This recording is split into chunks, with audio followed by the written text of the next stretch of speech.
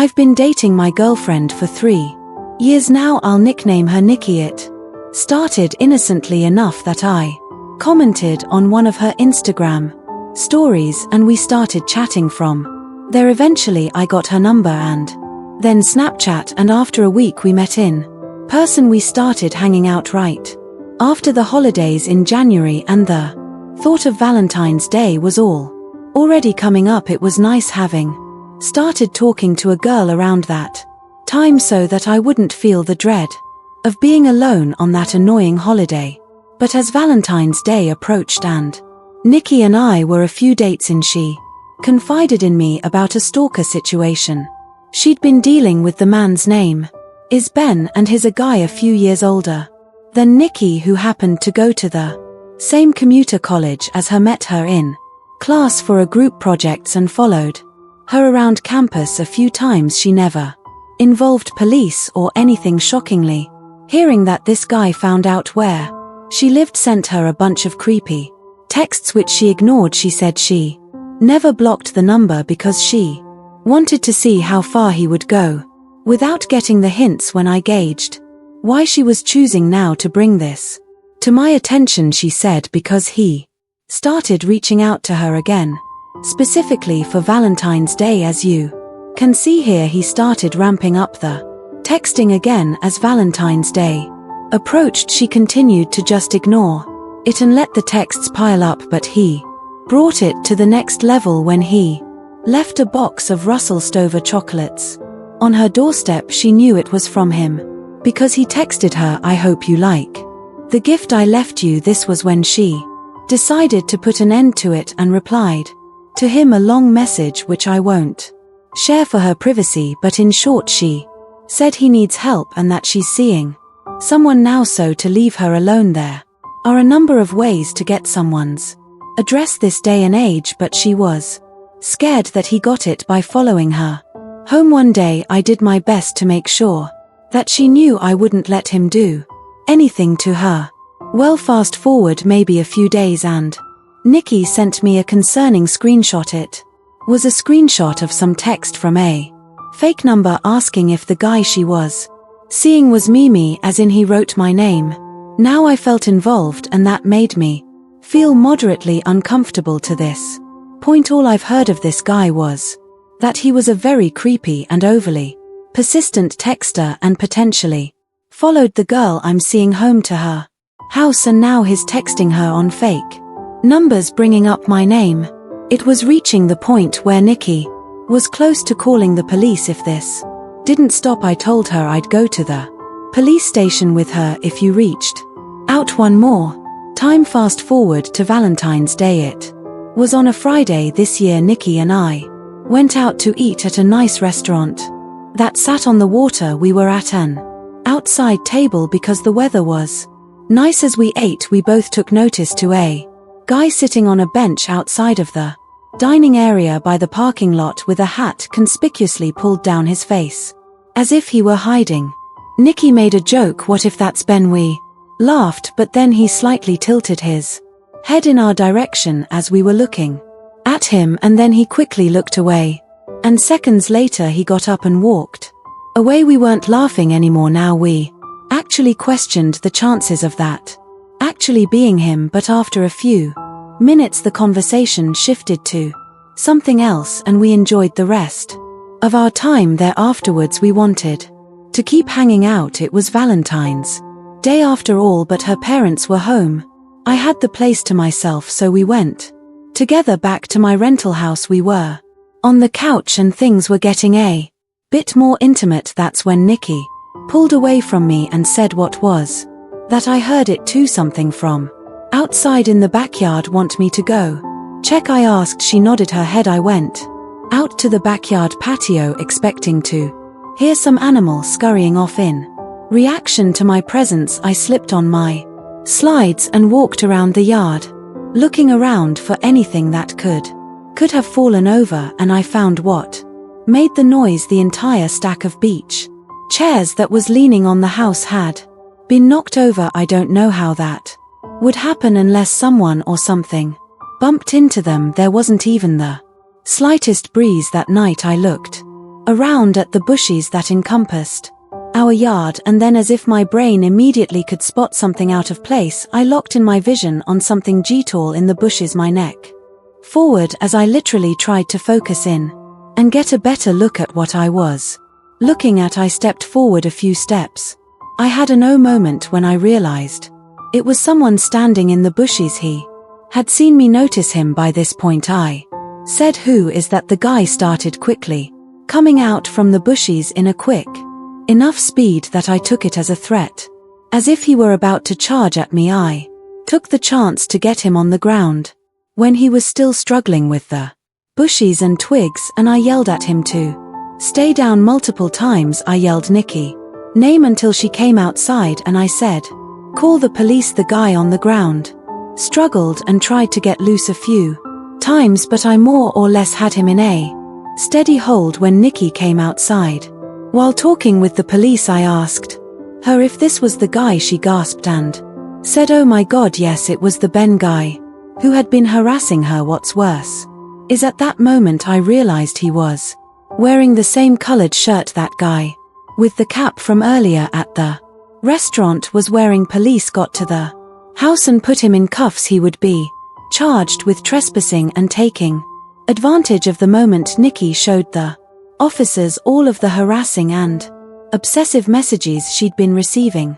from him since he was already being arrested. Nikki pressed charges for stalking and harassment, which the guy ultimately ended up paying a fine for and getting a misdemeanor. Nikki got an order of protection against him, and now, if he ever contacts her again, he'll be arrested again. Ben was the ultimate creep. Thank God he's at least halfway smart enough to not have contacted her again, though this happened 4 years ago.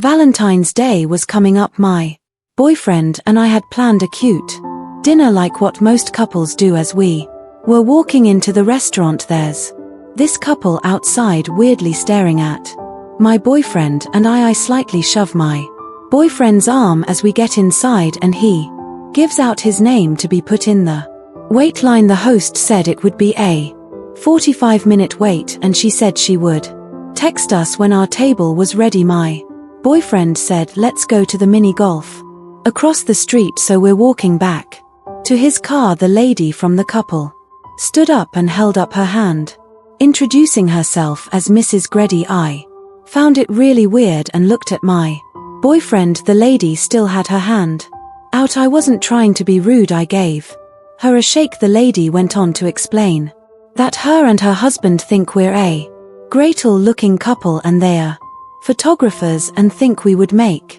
great photos, and to follow them to the studio as she believes the wait time will be long. She goes on to say that she has no card on her, but their place was a 5-minute drive away and they could take us there as well. Red flags are going off, and my boyfriend politely declines and lets her know we have things to do. The look was still one of the most haunting looks ever as she smiled and sat down next to the husband. As we get in the car, I tell my boyfriend how creepy that interaction was and how the husband didn't even say a word. As we enter the mini golf place, we were pretty surprised to find it empty. We laugh the situation off, but in reality I'm still creeped out, as this place is not really huge. You can see the front door on all the levels. So as we're on our 5th round, I hear the entrance bell ring. I turn to look and my heart sinks. It's the same lady with her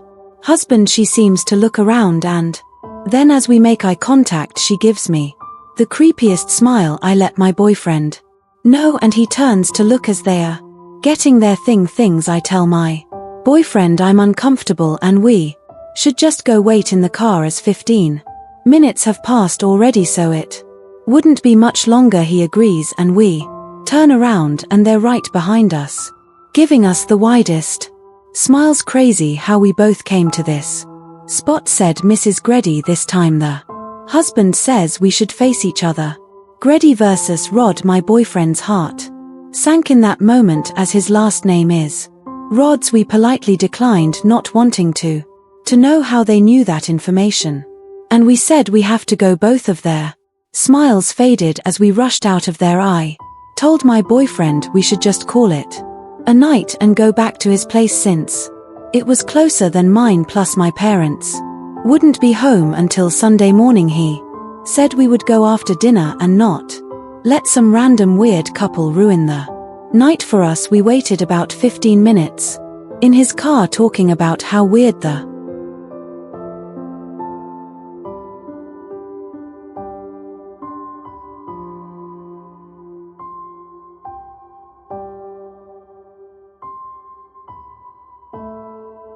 situation was, as he gets a text from the restaurant saying they're ready for us. We eat dinner and he insists I'm paying today since it's Valentine's Day. As we usually split the bill, he goes to the bathroom, and as I'm waiting I thought I saw that lady peeking out from around a corner. I convinced myself it was just in my head. My boyfriend gets out and is ready to go now to get to his place. You have to take this long road surrounded by trees. As we start the drive we notice a car following behind. I let my husband know and we head into a CVS parking lot. I have to use the restroom, and since it was going to be a drive we both get out and go. When we come out we don't see that car that was potentially following us anywhere, so we make our way to his house. You know that road I talked about earlier, being surrounded by trees. Well, while we're driving on it, we're like 3 to 5 minutes onto this road, we heard a loud pop and my boyfriend stopped his car. His 2 front tires had popped. He put 2 and 2 together and ran to the car and said, "Get out, there's not much more time before they get here." He cut his engine and turned off the lights and locked the door. I was so scared and confused, not knowing what was going on. I told him we should wait in the car. He quickly got me and we ran into the woods. He told me to shush. We were hiding behind some trees and bushes while we hid. He called the cops and quickly explained where we were at and what was happening. The operator asked to stay on the line and the cops would be here in a couple minutes. He said he couldn't stay on the line and hung up. As we stayed laying down we heard a car engine coming up. My boyfriend said to lay flat, as he did too. We heard the engine to the car stop and we heard the familiar voice of Mrs. Grady, if that was even her real name. She yelled. We took too long. We heard a car door close and then a car quickly speed away. We stayed down until the cops got there, which was about 2 minutes later. We explained the situation and got told we would be contacted if something came up. I called my sister to come pick us up and he called the tow truck for his car. 4 years later, nothing has come up on it and we never found out what they wanted or who they were. We're now married with a crazy story to tell our music kids. During the fall 2018 semester I was doing some online classes through a pretty prestigious college, but I knew that I would transfer to my hometown for year university for the winter semester. I still wanted to make some new friends, though, so that I wouldn't feel alone, and maybe along the way it would be nice to meet someone to date, which is what happened. I met this girl through Tinder. She was really cool and we had a lot in common. Long story short, we started dating and we had a lot of fun together. She wasn't from my hometown and I had noticed that after she came back from Thanksgiving break the way she behaved and her attitude had changed. She was always on the more sarcastic side, but now just seemed mean. For example, the playful foos teasing had become way more aggressive. There was no physical harm. I should say that it was just the kind of teasing that shouldn't be happening in a relationship. I just brushed it off as stress due to finals approaching. She eventually went back home for winter break. We always found ways to stay in touch every day, such as text, snap and occasional FaceTime, either once or twice A week once the winter semester started. I moved into an apartment because the dorms didn't seem that fun, and I had found something nice that was surprisingly cheap. Literally the night of the first day of classes we decided to break up. Like I said, she was from a different state and she was having a lot of trouble being away from home because she missed her family, friends and pets a lot besides me and her roommate, who she didn't really get along with. She barely knew anybody in town. She was just such a shy person, and that's not a bad thing.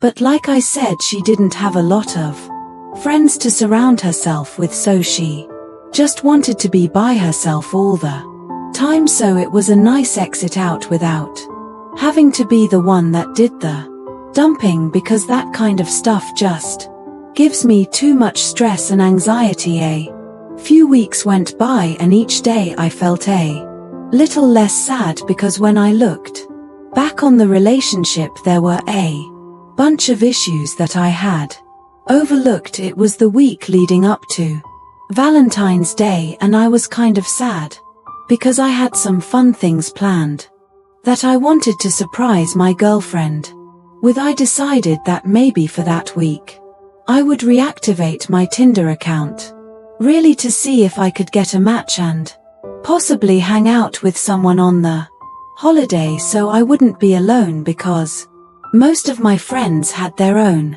boyfriends and girlfriends. I did about 2 days before the holiday and I got some matches after a few hours of having the app. One chatted with most of them and asked what their Valentine's Day plans were, and not to my surprise they were all going out to bars. Personally, that lifestyle isn't really my thing. It just doesn't seem that fun to me, but I always use it as a last resort and I wasn't that desperate yet. I eventually started texting with a girl named Alex who wasn't into that stuff either. She would rather stay in and watch movies, which is what I would rather be doing too. She even had the same major as one of my best friends and was taking some of the classes he was taking, but she didn't know if they had classes at the same time since they had just started, and she was trying to figure out everyone's names. The best way to describe Alex is that she had shoulder-length blonde hair, cute glasses, freckles and bright blue eyes. After texting for about an hour I got her Snapchat and we moved the conversation there. I asked if she would want to hang out on Valentine's Day and she was down, so it was Valentine's Day 2018, which had fallen on the Thursday of the week. Luckily I didn't have any Friday classes and Alex said she would skip her Friday morning class so we wouldn't feel pressured to end the night so early. The first part of the night went pretty smooth. We got some McDonald's, saw a movie and then walked around the downtown area for a while. To spare you the details, we eventually went back to my apartment and had sex, and to be honest, everything went great. She asked if she could spend the night because it was snowing out and her place was about a 10-minute walk away, so of course I told her she could stay. We eventually fell asleep around 1 a.m. I'm a pretty light sleeper, especially when there's someone else in the bed with me. Around 3 a.m. Alex woke me up as she was getting out of the bed, but I didn't make her aware that she woke me up. It was pretty dark in the room, but I could see that she was walking towards the bathroom. She turned the light on and shut the door so that it wouldn't seep into the bedroom. I was very tired, so I just went back to sleep. I awoke again around 5:30 a.m. and to my surprise Alex wasn't in the bed next to me. I turned to see if she was still in the bathroom, but I couldn't see the outline of the light, so that meant